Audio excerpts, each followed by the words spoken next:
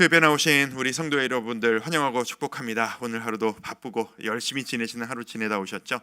오늘 원래 이기영 목사님이 말씀을 전하시려고 준비를 열심히 잘 하시고 미리 준비까지 다 하셨다가 몸이 좀 급격하게 안 좋아져 가지고 제가 좀 오늘 대타로 서게 됐었습니다. 오늘 대타 안타 치고자 하는 좀 마음으로 기도하면서 나왔습니다. 하나님이 이렇게 그 감독 작전으로서 대타를 세워 주셨는데 대타 작전이 성공하기를 바라는 마음으로 오늘 열심히 준비하고 나왔습니다. 건강하신지 모르겠어요. 이제 저희 교역자도 지금 6명 중에서 2명이 지금 심하게 아파가지고 좀 앓는 중에 있고, 성도님들 중에서 좀 아프신 분들이 좀 종종 많이 있으신 것 같아요. 건강 조심하셨으면 좋겠고, 오늘 하루 수고하신 그 자리에서 피로 누리셨던 그 모든 것들이 이 시간 은혜 누리시면서 예배 드리시면서 완전히 하나님의 은혜로 깨끗하게 새 옷 입혀지기를 소망합니다. 오늘은 요한 1, 2, 3서를 함께 나누게 되었습니다. 우리가 작년부터 개척 이후에 한두 달 정도 지난 이후부터 수요예배를 시작하고, 그때부터 큰 그림을 따라서라는 타이틀로 해서 성경을 하나하나 디테일을 찾기보다는 큰 그림으로 퉁퉁퉁퉁 뛰어가면서 성경의 큰 그림이 어떤 것이고 물줄기가 어떤 것인가를 우리가 쭉 한번 훑어져 왔고요. 올해 들어와서는 신약의 그 나머지 서신서를 권별로 지금 짚어보면서 이제 거의 끝 마무리를 하게 되었습니다. 이제 요한 1, 2, 3서를 오늘 하게 되고, 다음 주에는 이제 돌아오는 주일에 광고가 나갈 텐데 주보 일정 보신 분들 있으시죠? 다음 주에는 이제 고난주간 특별 저녁 집회가 이제 수목금 3일 동안 있을 예정입니다. 그리고 그 다음 주에 이제 유다서, 그리고 그 다음 주에 마지막으로 요한계시록 하면은 이제 큰 그림을 따라서 신구약이 하나의 큰 대전환의 막을 내리게 됩니다. 그 이후에는 또 다른 커리큘럼으로 수요예배를 드리게 될 테니까요. 우리 끝까지 함께 잘 찾아와 주셨으면 좋겠습니다. 오늘 프린트 하나씩 받으셨죠? 오늘 함께 보실 말씀은 요한 1서, 2서, 3서인데 이 요한 1, 2, 3서를 보면서 오늘 하루 종일 급박하게 하루 종일 이 말씀을 보면서 이 말씀들이 참, 하나님의 말씀은 우리의 삶과 참 밀접하게 연관이 되어져 있구나. 그리고 하나님의 말씀이란 그냥 우리가 어떻게 삶을 살아가고 있는지와 상관없이 그냥 너는 내가 정답을 줄 테니까 너 이렇게 이거 하면서 열심히 살아, 그게 하나님의 말씀이 아니고, 하나님의 사람들이 주어진 어떤 환경에서 어떤 곤고함과 아픔과 어려움을 겪고 있을 때 거기에 맞춰서 다른 메시지를 때에 맞춰 보내주시면서 네가 지금 이런 마음이겠구나, 네가 지금 이런 어려움을 겪고 있겠구나, 그런 너에게 내가 이런 메시지를 주기 원한다. 그런 것이 바로 이 성경이라고 하는 책임을 오늘 또 묵상을 하면서 깨닫게 됩니다. 성도 여러분들, 참 다양한 삶의 모습들, 그리고 오늘 하루도 참 많은 인생의 어려움들을 또 겪으시고 나오시지 않았을까 생각이 듭니다.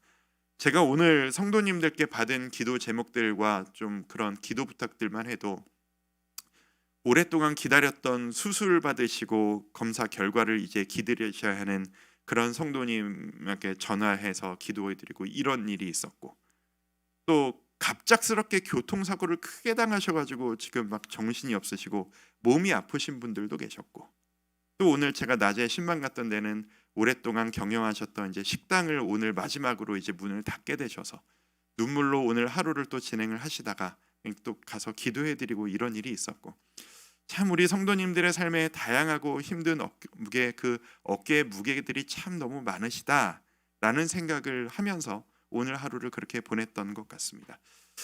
이 성경 말씀을 받아본 이 하나님의 백성들 역시 마찬가지였을 거다라는 생각이 듭니다.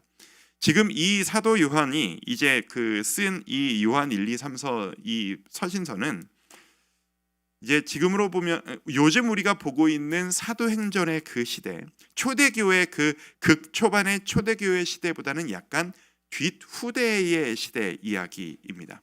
프린트를 보면서 하나씩 조금 짚어가도록 할까요? 저자 예수님의 제자 요한입니다. 제가 뭐라고 적어드렸냐면, 예루살렘의 로마의에 완전히 파괴된 후, 이제 아직 우리가 짚어보지는 않았는데 성경이 사도행전 끝난 이후에 이제 로마의 대대적인 박해가 있었습니다. 그리고 여러분이 상식적으로 알고 계시는 그 네로 황제의 핍박, 여러 가지 카타콤 이런 일들이 이어지게 되죠. 그때 예루살렘이 완전히 함락되어지고 이제 예수를 믿는 자들이 완전히 밖으로 피신하는 수많은 일들이 이루어지게 되는데, 사도 요한도 역시 그때 예루살렘을 떠나서 이제 밖으로 돌아다니다가 정착한 곳이 우리가 알고 있는 그 에베소 지역입니다. 사도 바울이 교회를 세우고 그 열심히 성경을 가르치고 이제 도시가 변화되었던 바로 그 에베소 지역입니다. 그곳에서 사역의 말미까지 인생의 마무리를 그 동네에서 마지막 후반부를 지내게 되는데, 그곳에서 다시 사도 사역을 하면서 그 근방에 있는 사람들에게 보낸 서신이 바로 이 요한 1서, 2서, 3서가 되겠습니다. 이 요한 1, 2, 3서가 그 서신서들이 보면 대부분 바울 서신들이 많잖아요. 바울 서신들과는 약간 성격들이 좀 다릅니다.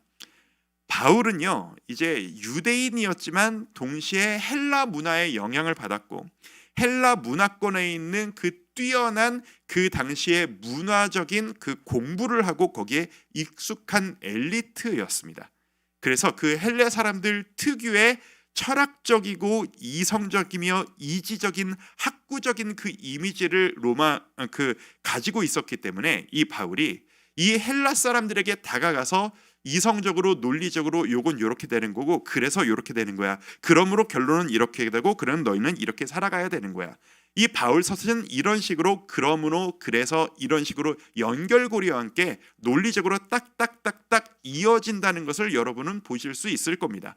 성경을 자세히 보면 그런 부분들이 많이 나와요. 그런데 이 사도 요한은 어디 출신이죠? 저 이스라엘의 윗동네에서 고기잡이하던 어부 출신입니다.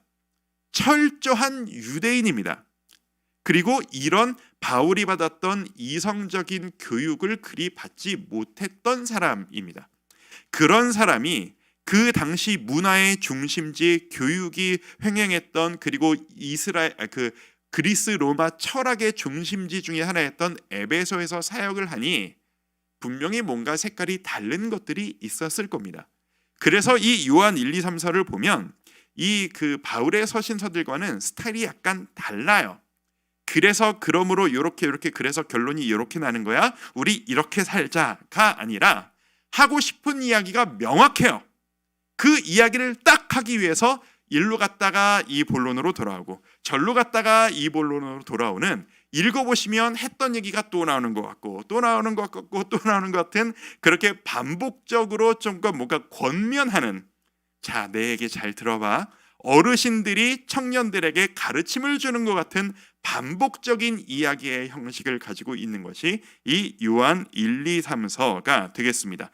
그래서 좀 논리적이기보다는 조금 안타까운 마음으로 제발 이렇게 좀 살아, 그게 아니야 라고 이야기하는 그런 어른의 당부 같은 그런 느낌을 느끼실 수 있습니다. 그래서 제가 오늘 요한 1, 2, 3서를 오늘 몇 번을 그냥 반복해서 읽었는데 제 첫 느낌이 딱 그거였어요. 그냥 뭔가 거스르고 아니다 싶은 말은 하나도 없고 다 맞는 말 같은데 다 그 말이 그 말 같아요. 비슷한 말이 반복되는 것 같아요. 그게 요한 1, 2, 3서예요. 그리고 그게 유대인들의 언어 소통 방법이었던 것이죠. 그런 식으로 오늘 요한 1, 2, 3서를 한번 보도록 하겠습니다. 자, 요한 1, 2, 3서가 이렇게 쓰여졌던 특수 상황이 있습니다. 프린트에 보시면 초기 영지주의 이단의 가르침의 영향이라고 제가 써드렸어요. 자, 이게 어떤 상황인지를 좀 알아야 합니다. 극초기 초대교회 시대를 지나가서 이제 지금 이 시대는 그 이후에 박해를 받기 시작한, 이제 전국으로 세계로 퍼져나가는 그 교회의 시대의 이야기입니다. 이단이 충만한 시대가 옵니다. 모든 교회가 이단 때문에 시달리는 시대가 옵니다. 아직 우리가 사도행전에서 본 그 다음 이야기예요. 왜 이단들이 이렇게 횡행했느냐라고 하면 아직 성경이 완료돼서 완성되어져서 손에 쥐어지기 전 시대였기 때문이에요. 당시에는 출판이라는 게 없었고 모든 글은, 모든 가르침은 구두로 통째로 외워서 전승해 주는 것이 당연했던 시대입니다. 그래서 지금도 그 전통을 따라서 전통 유대인들은 왜 모세오경 통째로 다 외우고 막 잠언 시편 다 외우고 막 이런다고 하잖아요. 그게 시작되어진 게 하나님의 말씀을 암송하고 외우자라는 취지도 있지만 인쇄술이 없었기 때문에 옛날 시대에는 말씀을 외워서 어른이 자리를 잡고 앉아서 이야기를 쭉 훑어주면 온 동네 사람들이 그 말씀을 듣고 그것을 내 이야기로 듣고, 그래서 그 아이가 어른이 되면 또 그 이야기를 전해주고, 이 구두전승이 이 당시에 당연한 습관이었거든요. 초대교회에도 예수 그리스도의 복음이 그런 식으로 전해졌던 겁니다. 텍스트로 정해져 있는 완벽한 복음의 정리가 없어요. 그걸 빨리 전해주고 싶어서 로마서 같은 것들을 바울이 미리 정리를 했었던 거고요. 구두로 정해지는 시대였기 때문에 복음은 확산되어지고 성령의 역사로 불타오르는 뜨거운 가슴은 있는데, 뜨거운 열정과 가슴이 있지만 냉철한 이성적으로 정리할 수 있는, 특히나 이 헬라 문화권, 이 이지적인 사람들이 논리적으로 복음을 정리해서 이해할 수 있는 그 근본 텍스트가 없는 거예요. 그러다 보니까 이 사람들이 할 수 있는 노력이란 게 뭐냐 하면, 내가 알고 있는 주님, 내가 이해한 주님을 내가 원래 알고 있던 세상의 지식과 내 교육 배경과 내 철학을 가지고 도저히 사람 머리로 이해할 수 없는 대속 속량이라고 하는 이 은혜, 그리스도가 하나님의 아들이 인간의 몸을 입고 오셨다라고 하는 이 말도 안 되는 메시지를 내가 알고 있는 철학, 내가 받았던 교육을 가지고 이게 어떻게 가능한 거지? 이런 거 아닐까? 저런 거 아닐까? 각자가 궁리를 하고 연구를 하기 시작하는 거예요. 그러다 보니까 이 헬라 문화권에 있던 유대 전통 밖에 있는 사람들이 이 그리스 로마 철학을 기반으로 해가지고 이건 말이 안 돼, 이렇게 생각해야지만 말이 될 거야 라는 식으로 예수 그리스도의 십자가를 이해하기 시작한 겁니다. 그리고 그거를 체계화시켜버리게 된 거예요. 그래서 수많은 이단들이 그런 식으로 나타나기 시작합니다. 그 중에서 대표적으로 초대교회들을 뒤흔들었던 대표적인 이단이 적어들인 이 영지주의라고 하는 이 철학이에요. 이 요한 1, 2, 3서가 쓰여졌을 때는 아직 영지주의라고 하는 것이 아직 완성되어지기 아직 전입니다. 그래서 초기 영지주의예요. 근데 이 영지주의라는 말은 이제 여러분들이 계속 교회 다니시면 계속 어떻게든 들으실 이야기이기 때문에 이번 기회에 간단하게 정리를 한번 해드리겠습니다. 상식으로 영지주의 하면 이런 거구나 라고 한번 이해를 하고 가시죠. 영지주의는 뭐냐면 당시 그리스 로마 철학을 기반으로 한 그런 배경의 이해라고 생각하시면 되겠습니다. 뭐라고 하냐면 이 사람들은 그 이원론 쪽이 있습니다. 이원론을 주장합니다. 이원론이 뭐예요? 두 가지 원리가 있다라는 논리, 그래서 이원론입니다. 두 개를 완전히 구분하는 거예요. 무엇을? 세상적인 것과 영적인 것을 구분하는 겁니다. 이거는 우리 교회에서 많이 쓰는 표현인데? 라는 생각이 드실 수 있을 거예요.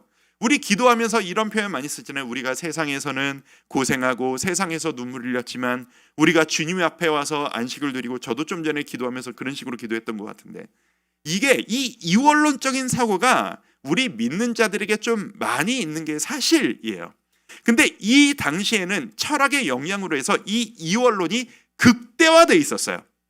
극대화시켜서 이제 어떤 일들이 일어나냐면, 영적인 것은 선하고 육적인 것은 악하다. 이 맞는 말 같으세요? 틀린 말 같으세요? 이게 제가 분위기를 이렇게 잡지 않고 말했으면 왠지 맞는 말 같아 보이지 않으세요? 그게 강조된 게 영지주의예요.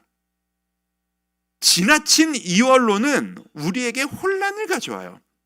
하나님이 우리의 영혼만 만드셨나요? 우리의 육체도 만드셨나요? 우리의 영혼과 육체를 다 만드셨거든요. 성경의 원리는 우리의 영혼과 육체가 하나 되어서 함께 하나님께 영광 돌리는 게 우리에게 원하시는 하나님의 모습이에요. 근데 그리스 철학을 보면 영혼과 육체를 따로 생각하고, 또 영혼도 갈라요. 영과 혼과 육으로 구분을 하기도 해요. 이게 철학적인 사고예요. 근데 성경은 그렇게 얘기하지 않습니다. 영혼과 육체, 이게 2분설, 3분설, 이게 뭐 신학교에서 많이 배우는 건데, 어쨌든 이렇게만 아시죠. 지나치게 영과 육을 분리하는 것은 오해의 여지가 있다. 이 영지주의자들이 이것을 어떻게 강조하냐 하면은 영적인 것은 선하고 육적인 것은 악하기 때문에 이것을 추구하다 보면 논리적으로 어떤 결과가 올 수밖에 없냐면 완전히 선하신 하나님의 아들이 이 악한 인간의 육신을 입고 육신 속에 하나님의 아들이 들어간다는 것을 용납할 수가 없는 거예요. 어떻게 완전하게 선하신 분이 이 악한 틀 속으로 들어오실 수가 있느냐? 그래서 이 영지주의자들은 예수님이 인간으로서 내려오셨다는 것을 부인해요. 영지주의가 파가 되게 여러 가지인데 되게 여러 가지가 있어요. 그래서 예수님이 십자가에 육신을 입고 달려 돌아가신 것은 육신에 들어가신 것처럼 보인 거지 실제로 돌아가신 게 아니다. 뭐 이렇게 강조하는 사람들도 있고, 잠깐 들어가셨다가 돌아가시는 순간 예수와 그리스도가 영적으로 분리된 거다. 뭐 이렇게 우리는 이해가지 않지만 이 헬라 문화권의 이 철학 사고에서는 그게 너무 자연스러운 사고였던 거예요. 그러다 보니 또 어디까지 연결이 되냐 하면 논리에 꼬리에 꼬리를 물고 구원은 영적인 것이다. 그러니 나의 육체의 악함은 회복할 수 없는 것이고 나의 구원은 영적으로만 회복되어지는 것이니 내 육신은 어차피 버린 몸이 되는 거예요. 내가 아무리 애써도 내 영이 깨끗해지는 거지 내 육신은 깨끗해질 수가 없는 거예요. 그래서 논리적으로 어떻게 가냐? 이 육신이 아무리 죄를 지어도 어차피 버린 몸, 이 육체는 그대로 더럽혀진 채로 있을 것이고 나는 하나님의 은혜로 영이 깨끗해져서 하나님께 천국으로 갈 것이다. 이 분리가 이루어지는 거죠. 이런 믿음을 가지고 있으면 좀 어렵죠. 결과적으로 어떤 논리가 나타나게 되냐 하면 그래서 어떻게 살아야 되나요? 영으로는 하나님을 뜨겁게 예배하고 육신으로는 마음대로 살아도 되는 거예요. 육적으로는 쾌락을 아무리 즐기고 허랑방탕하게 살아도 내 영이 내 마음의 중심이 하나님께 있으면 내 구원은 아무 문제가 없는 거예요. 이게 육체적인 쾌락을 추구하는 사람들에게 얼마나 매력적인 논리였겠어요. 열심히 믿을수록 더 마음대로 살 수 있는 거예요. 타락할 수 있는 거예요. 이게 영지주의의 최대 폐해였어요. 이 영지주의가 이 수많은 초대교회에 파고 들어간 거예요. 그래서 당신들 같이 그렇게 빡빡하게 살 필요 없어. 육신으로는 어차피 버린 거 자유하게 살고 영적으로 주님을 바라보자. 이분법적인 생활을 하게 되는 거죠. 교회 안에서는 뜨겁게, 세상에서는 쾌락을 즐기며. 여차저차 해가지고 이단과의 수많은 싸움들 끝에 그 사람들을 교회에서 다 쫓아냈던 것 같습니다. 근데 그 영향력이 이 초대교회 가운데 남아있는 거예요. 그래서 너희가 그렇게 살면 안 된다. 그것을 싸워 이겨야 한다라고 기록한 것이 바로 이 요한 1서예요. 그래서 이 논리적인 글이 아니라 왔다 갔다 하기 때문에 그게 그런 얘기였어요? 라고 보실 수 있을 터인데 이 시각을 가지고 요한일서를 쭉 읽어보시면 아, 이런 언급이 그것에 자꾸 나오는 거로구나 라고 아실 수 있을 겁니다. 자, 특수상황 보면은 이제 아이들아 지금은 마지막 때라 요한일서 2장 18절 같이 한번 읽어볼까요? 자, 시작. 아이들아 지금은 마지막 때라 적 그리스도가 오리라는 말을 너희가 들은 것과 같이 지금도 많은 적 그리스도가 일어났으니 그러므로 우리가 마지막 때인 줄 아노라. 제가 해드린 설명을 들으시고 이 이야기를 읽으시니 무슨 얘기인지 아시겠죠? 적 그리스도라고 표현해요. 이 영지주의 이단이 진짜 적 그리스도라고 말할 정도로 심각한 폐해를 주고 있다라고 경고를 하는 거예요. 그러니 밑에 요한일서 3장 7절 자녀들아 아무도 너희를 미혹하지 못하게 하라. 절대 너희가 거기에 흔들리면 안 된다. 말씀 앞에 꼿꼿이 서 있어야 한다. 그리고 밑에 보면 요한일서 4장 2절 곧 예수 그리스도께서 함께 읽습니다. 시작. 곧 예수 그리스도께서 육체로 오신 것을 시인하는 영마다 하나님께 속한 것이요 너희는 믿어야 한다라고 강조하는 겁니다. 예수님이 육신을 입고 오셨다. 우리와 똑같은 육신을 입고 오셨다. 그분이 우리와 같은 모습으로 살아가시다가 우리의 죄를 대신 지시고 해결하셨기 때문에 그 동일한 육신을 가지고 있는 우리가 어떻게 살아야 되겠느냐라고 하면서 우리가 살아갈 지침을 두 가지로 정리해서 이 사도 요한이 이야기를 합니다. 요한은 이 하나님의 속성을 두 가지로 표현을 합니다. 첫 번째, 하나님은 빛이시다. 두 번째는 하나님은 사랑이시다라는 거예요. 자, 빛이시다라는 이야기 어떻게 설명할 수 있을까? 하나님이 빛이시니 우리도 그 빛을 따라가야 옳지 않겠느냐라는 거예요. 우리의 아버지가 빛이시니 우리도 그 진리의 빛을 따라가야 하지 않겠느냐. 결국 너희가 헷갈리는 대로 저 이단들이 말하는 대로 육적으로는 조금 흐트러져도 괜찮아. 천만의 말씀, 너의 육신의 비치기를 따라갈 수 있도록 네 영과 육이 하나 되어 하나님을 기뻐하는 빛의 자리로 나아갈 수 있도록 죄의 자리로 나아가지 말아라. 거룩한 길을 살아라. 너희가 구별된 삶을 살아라. 하나님은 빛이시라. 그에게는 어둠이 조금도 없으시다는 것이니라. 그렇다면 우리도 그 어둠으로 나아갈 이유가 도대체 무엇이 있겠느냐? 요한일서 3장 9절 같이 읽습니다. 시작. 하나님께로부터 난 자마다 죄를 짓지 아니하나니. 이렇게 죄를 짓지 말라고 계속해서 반복해서 당부를 합니다. 저는 이걸 계속 읽다 보니까 도대체 이 에베소 교회 가운데 얼마나 죄가 횡행하고 이 정도는 괜찮아, 이 정도는 다 하고 살아 라고 하는 이런 분위기가 도대체 얼마나 많았길래 이렇게 반복적으로 죄를 짓지 말아라 라고 하는 당부를 많이 했었던 것일까? 두 번째로 하나님은 무엇이라고 얘기하나요? 하나님은 사랑이시다 라고 이야기합니다.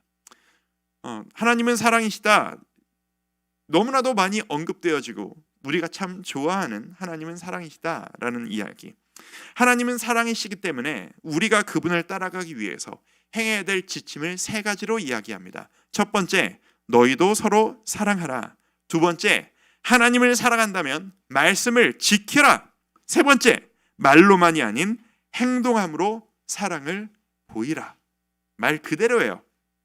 첫 번째, 너희도 서로 사랑하라. 요한일서 4장 21절 같이 한번 읽습니다. 시작. 우리가 이 계명을 주께 받았나니 하나님을 사랑하는 자는 또한 그 형제를 사랑할지니라. 너희가 거저 받았으니 거저 주어라 라고 하는 그 정신이 여기로 이어지는 거예요. 이 사도 요한이 요한복음을 썼었잖아요. 그리고 이 사도 요한이 요한 일서를 쓰는데 이 예수님이 하셨던 이 요한복음의 설교와 일맥상통해요. 거저 받았으니 거저 주어라. 너희가 사랑을 받았다면 너희도 줄 수 있는 사람이 되어야 한다. 두 번째, 사랑한다면 말씀을 지켜라. 하나님을 사랑하는 것은 이것이니 우리가 그의 계명들을 지키는 것이라.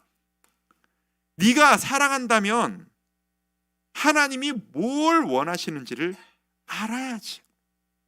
네가 하나님 사랑합니다, 하나님 사랑합니다 말은 잘하면서 네가 사랑한다 하면서 그분이 원하시는 게 뭔지를 모르면 그게 말이 되느냐?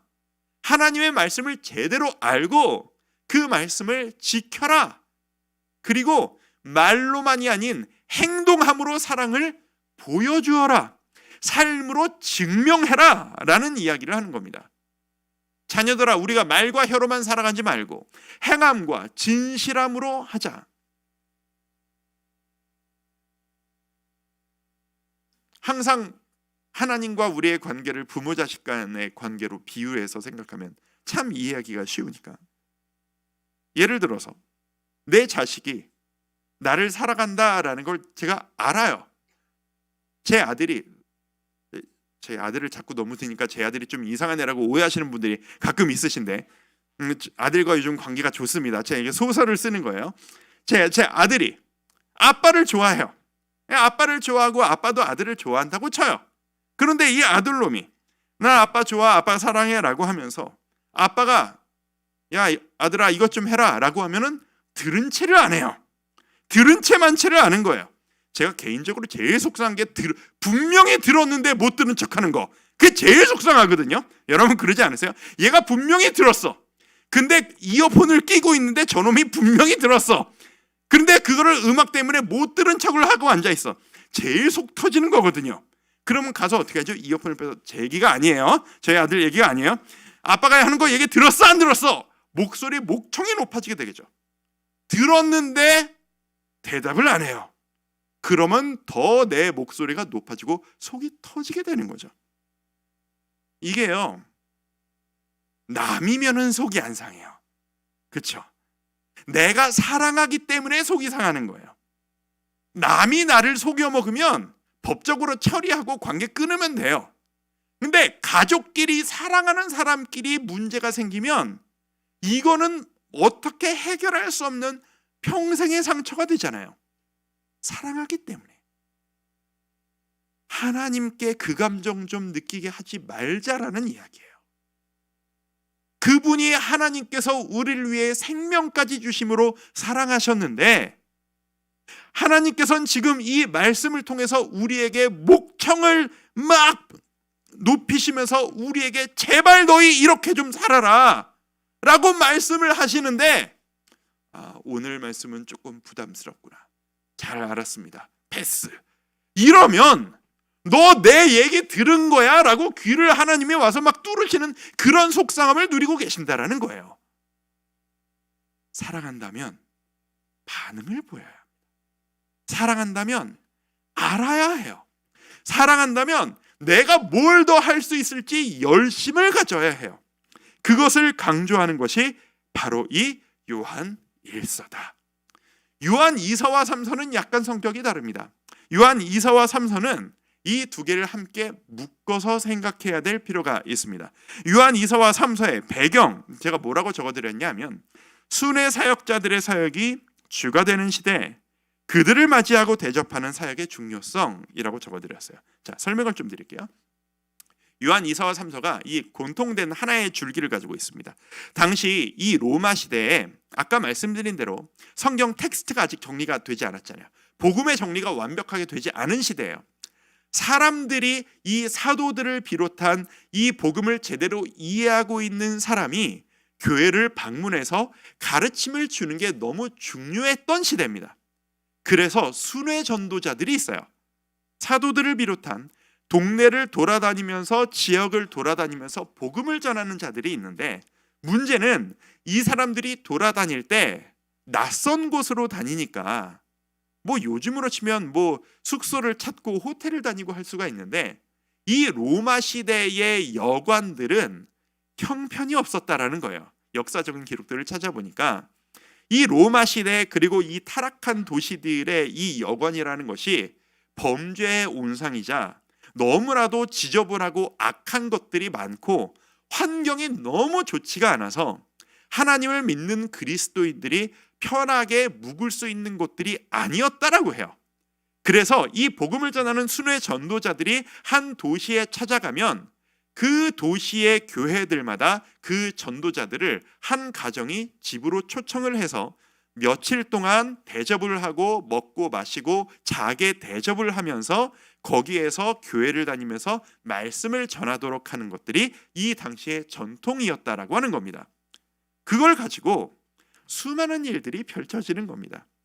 이게 대접이라고 하는 것이 한두 번은 쉬운데 반복되어지면 참 어렵지 않겠습니까?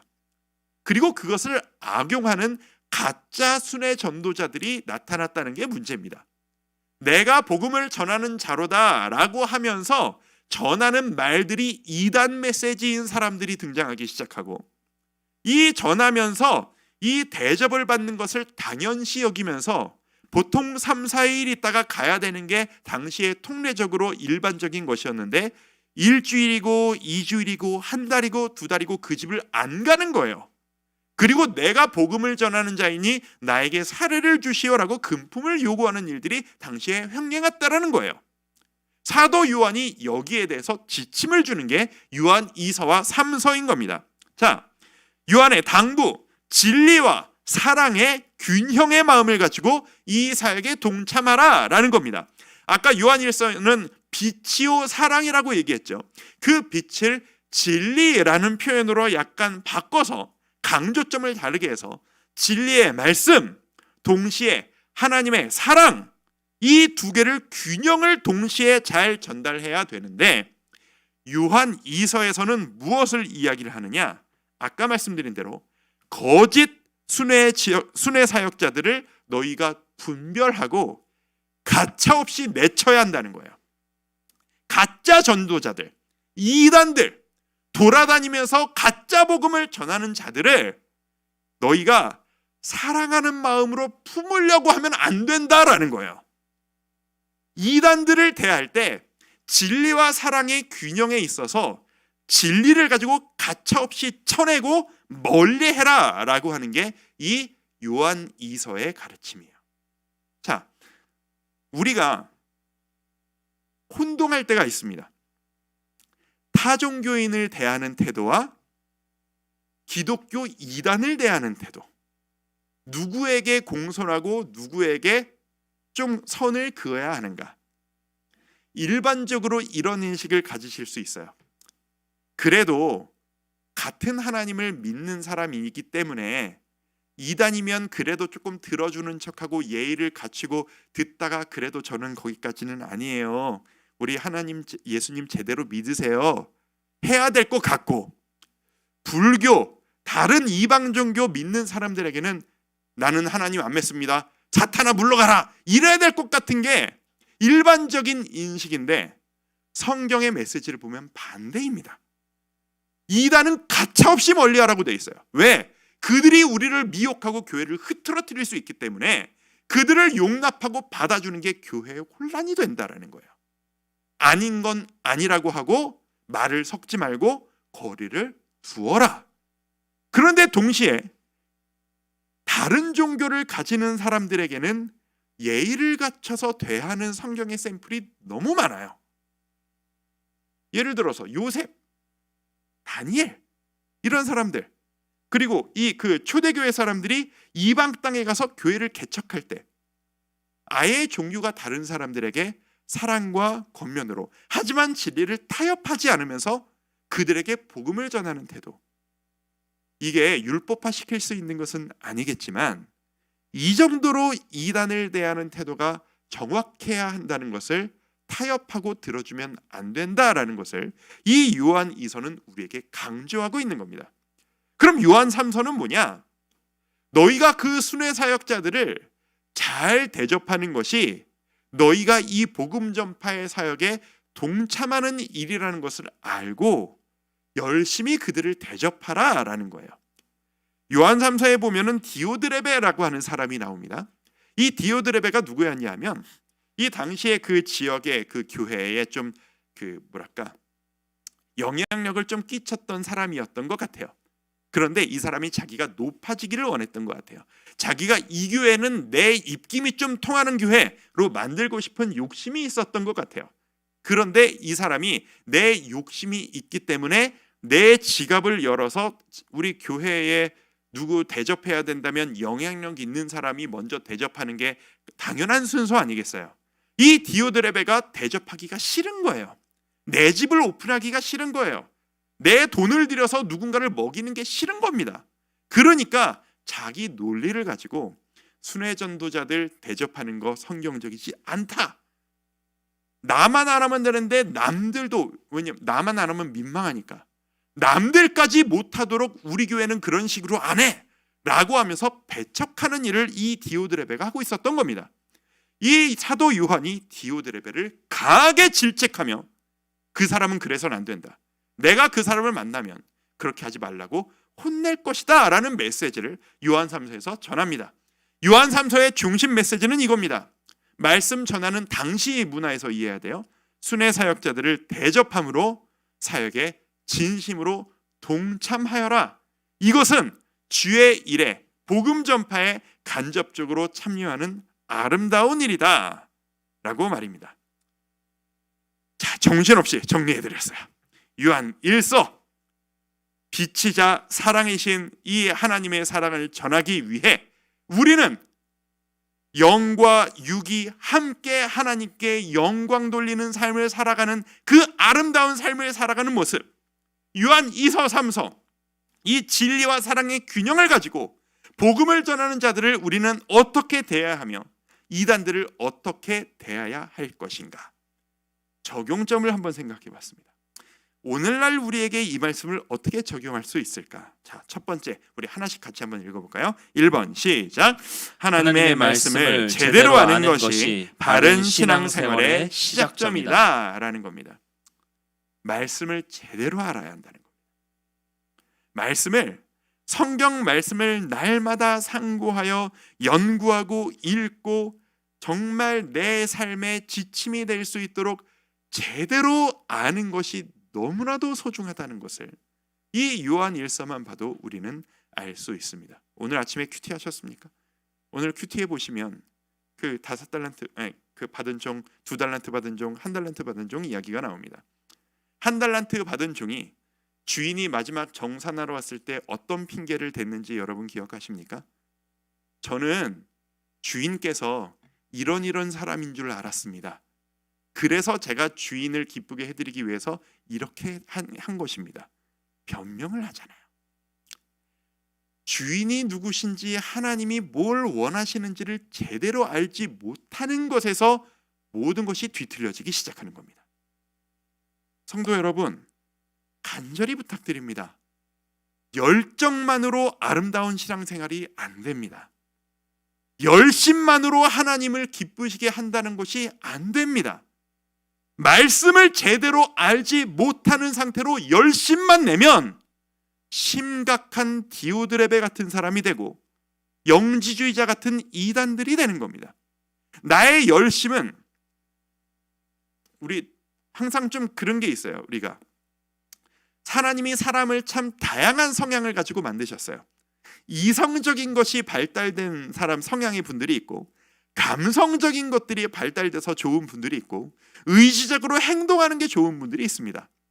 그래서 저는 항상 표현할 때 이 지, 정, 의의 균형이 아름답게 이루어지는 것이 정말 아름다운 신앙생활의 꽃이라고 저는 믿는데, 내가 지적으로 뛰어난 사람이라고 해서 연구에만 집중한다고 해서 아름다운 신앙생활이 되느냐? 맨날 책 보고 맨날 큐티는 열심히 하는데 기도는 안 하고 삶은 똑같아. 아니라는 겁니다. 정서적으로 발달이 돼 있는 분, 힘든 분들 이야기만 들으면 눈물이 나오고 진심으로 그를 위해 기도하게 되고 함께 아파하고 대접해주고 그러고 싶은데 하나님이 뭘 원하시는지 성경을 잘 몰라. 그리고 그래서 나아지는 노력이 없어. 아니라는 겁니다. 나는 알지도 못하고 가슴에 뜨거움도 눈물도 없지만 시키는 건 열심히 잘합니다. 온몸 바쳐서 열심히 봉사하겠습니다. 이것도 아니라는 겁니다. 내 장점만이 아닌 균형 잡힌 지정의의 균형.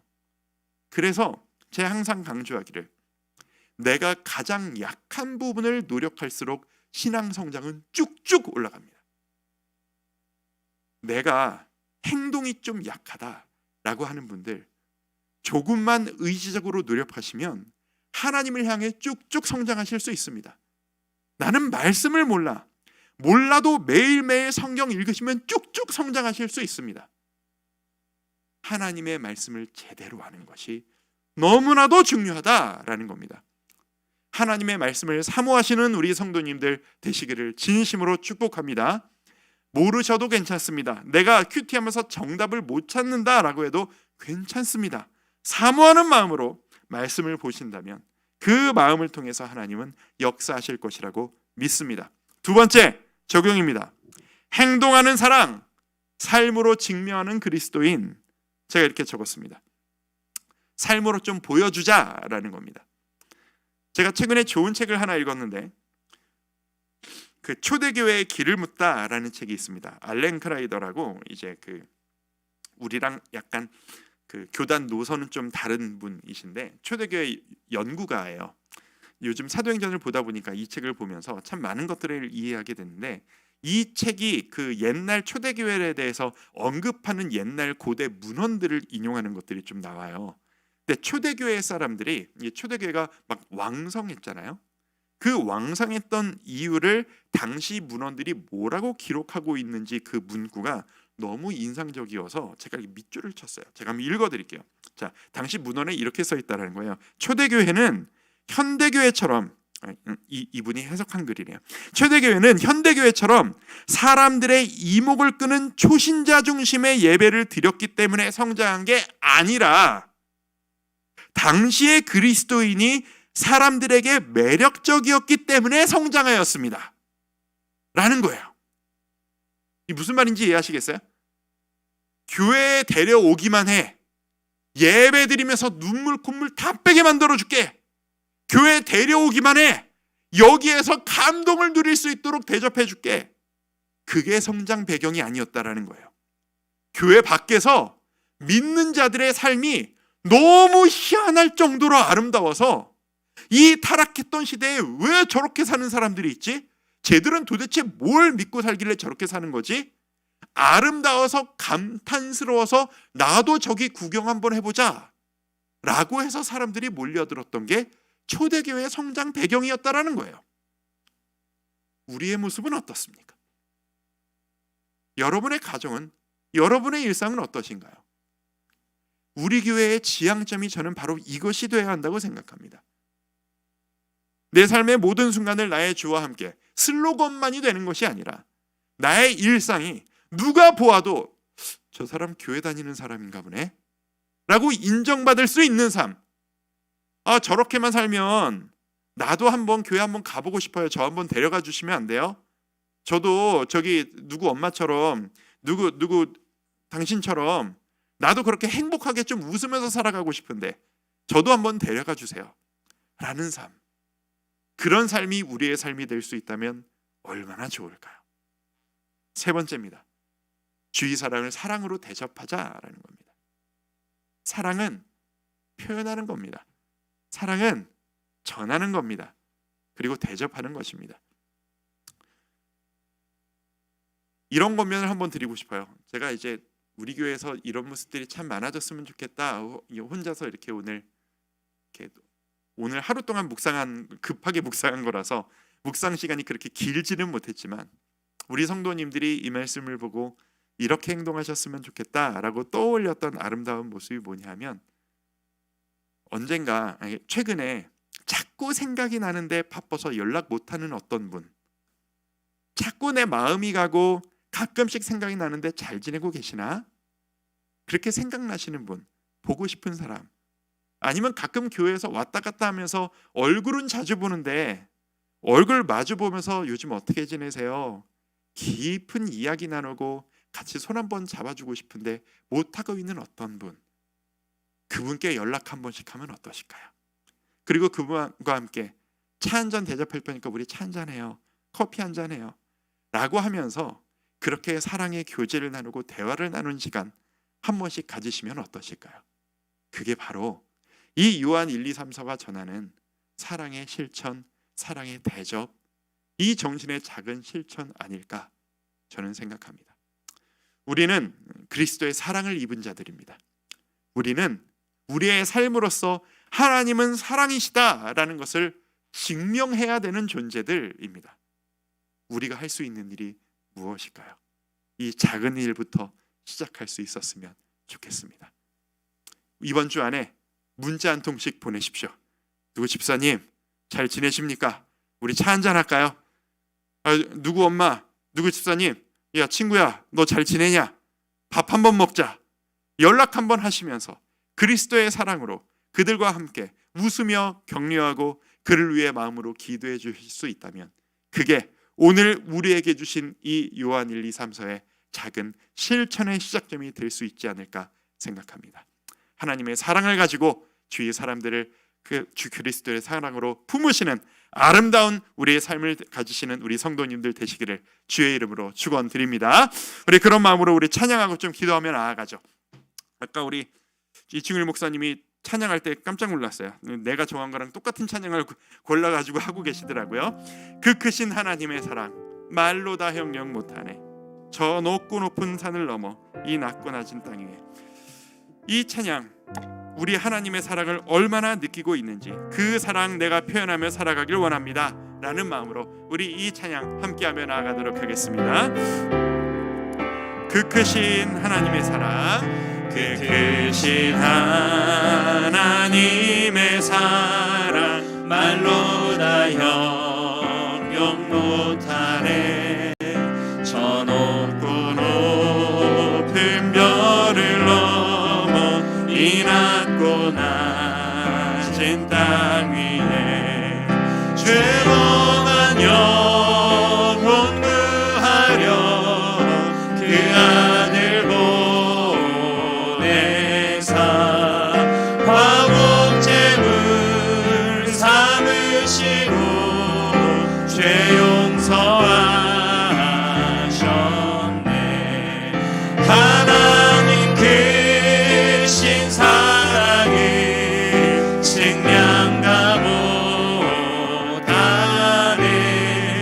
영원히 변치 않는 사랑 성도여 찬양. 괴로운 시절 지나가고 괴로운 시절 지나가고 땅 위에 영광 주 믿지 않던 영혼들을 주 믿지 않던 영혼들을 큰 소리 외쳐 주 믿는 성도들에게 주 믿는 성도들에게 큰 사랑 베푸사 우리의 죄 사했으니 그의 하나님 크신 사랑을 하나님 크신 사랑이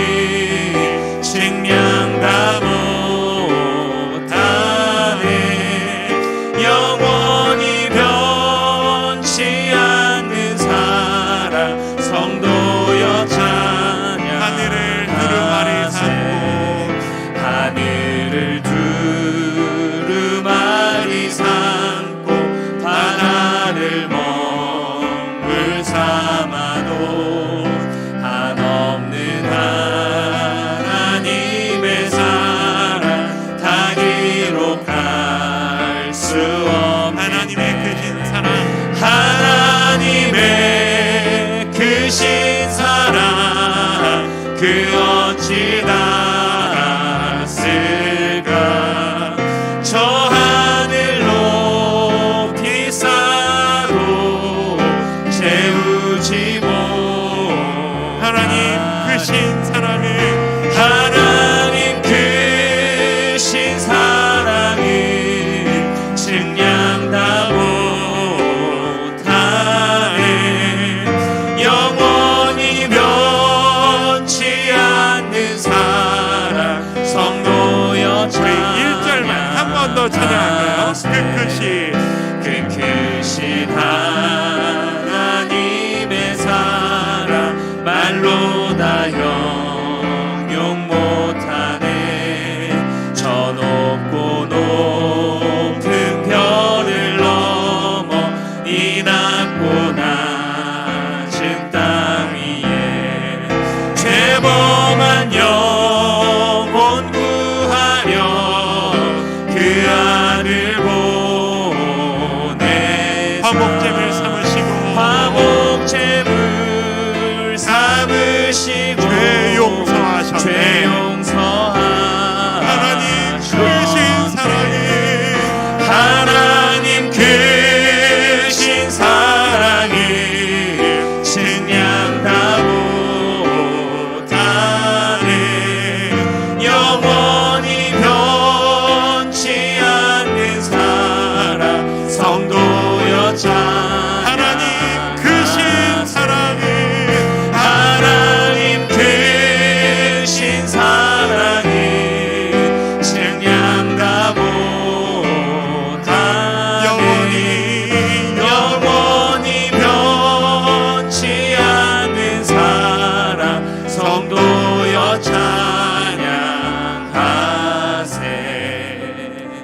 기도하며 나아갈 때요, 우리 이 기도로 오늘 좀 우리의 기도를 시작했으면 좋겠습니다. 우리가 주님께 사랑을 받은 자입니다. 한없는 사랑을 받은 자입니다. 근데 우리의 습성이요, 사랑해 라고 하면 뭐라고 대답해야 옳죠? 나도 사랑해 라고 해야 맞습니다. 근데 우리는 하나님이 끊임없이 우리에게 아들아 딸아 내가 너 사랑한다 라고 하면 우리는 뭐라고 대답하냐면 네 주님 열심히 할게요 라고 대답합니다. 아들아 내가 너를 사랑한다. 네 주님 죄송합니다. 더 열심히 하겠습니다. 딸아 내가 너를 위해 모든 걸 줄게. 딸아 내가 널 진심으로 사랑한다.